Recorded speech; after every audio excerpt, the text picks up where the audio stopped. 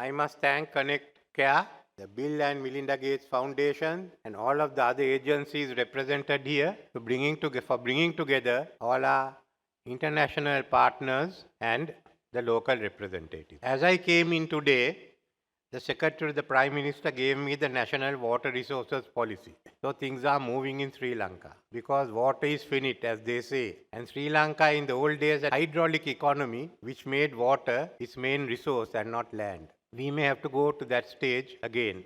Anyway, in the short time available for me, I thought I'd like to outline the stand of the government of Sri Lanka in regard to climate change. Firstly, as we emerge from the economic crisis of debt restructuring and debt sustainability, the new model of the economy we look for and we be building will be based on highly competitiveness, digital transition, energy transition, and transformation to a green economy. I mentioned this to some of the business leaders I met yesterday. I will discuss this with the leaders of political parties after the budget. But this is the path and the only path that is available to Sri Lanka. Building on this will be the agricultural modernization, the accelerated tourist program, amongst others. We have to identify our potential. Everyone says Sri Lanka is small. What's our chances? Being small has an advantage. So we have a large dry zone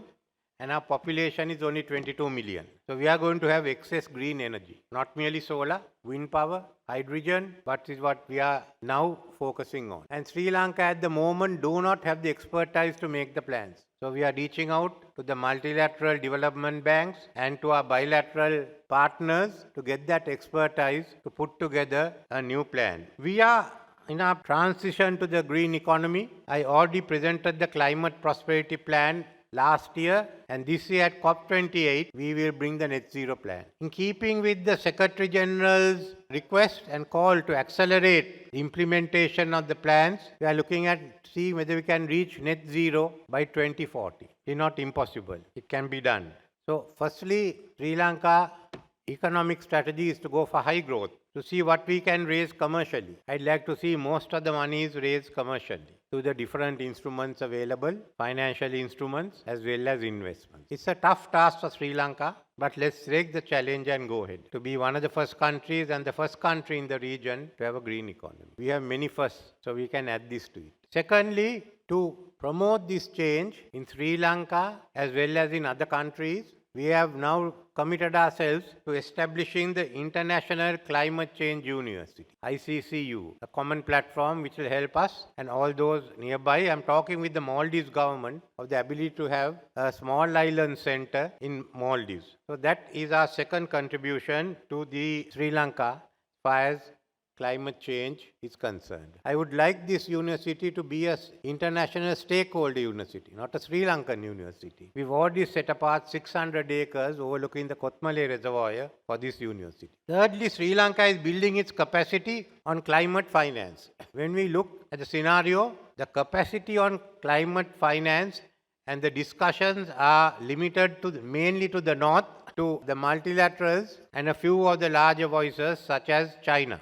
Rest of us do not have that capacity. Since we are moving towards the green economy, we are also building, I said it's necessary to build up our capacity on climate financing, the whole range, not merely the climate financing, also debt relief and financing and the other connected economic issues. Therefore, I put together the highest team possible, advisor on economic stabilization, the Secretary to the Ministry of Finance, Secretary, the Governor of the Central Bank and Secretary to the Ministry of Environment, together with a group. Not merely to look at Sri Lanka, but to be able to participate in the discussions that are taking place globally. Because this is one thing the global south lacks. We do not have that expertise, nor have we built it up in regard to climate financing. So this discussion is a prelude to COP28. And COP28 is the important meeting where we are going to have the global stock taking. This is necessary because we are far behind the target of 1.5 Celsius. If we go on like this, by end of this century, it will be 2.5 Celsius. Now we cannot work on that. We cannot go on. So we have firstly to decide on the global goal on adaptation. We have to define it. We haven't defined it. We have to define it in relation to these targets. We have to first fix the targets and work out the rest of it. So this is the first part. The second part is how do you have a fossil fuel phase out? And now there is this argument whether you phase it out or you reduce the utilization of fossil fuel. It has to be a phase out. Second, even in the south, there are different target dates. China, India has one target date. We are looking to come forward. I think everyone will have to accelerate their dates. There's no way in which we can stick to what we have. That is not possible.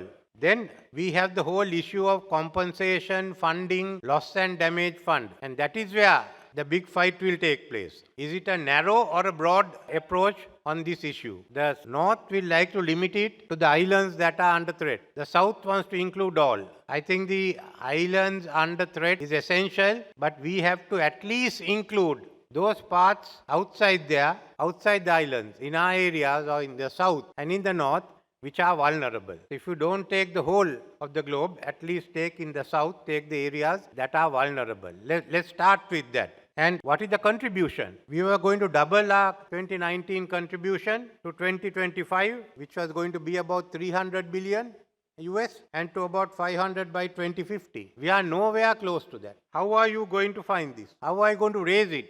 Who's going to contribute? The fact is the money is there.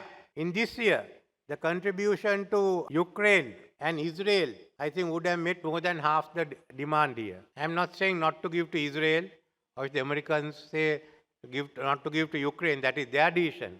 But it means there's also money available for the rest of the world. But that is not forthcoming. So this is the big issue. What are you going to do? And then the Americans say no reparations. Now there's one other issue that we must remember. We are meeting in the Middle East. We are meeting in the background of the Gaza Strip and the battle that's going on there. You are coming into a very charged atmosphere. And I would say the North has to be careful of the strategies they use. Otherwise, it will get disrupted both on the grounds of climate change and what is happening elsewhere. Now, that is what we have to avoid. We must have a successful outcome. In my view, the Americans must not even mention the word reparations or not giving reparations. You work your numbers out, but don't make the mistake made so far. So, we have to ensure the success of the conference. What Sri Lanka is proposing in this instance is the tropical belt. The biodiversity is the highest in the tropical belt, and since the resources are limited, focus majority of resources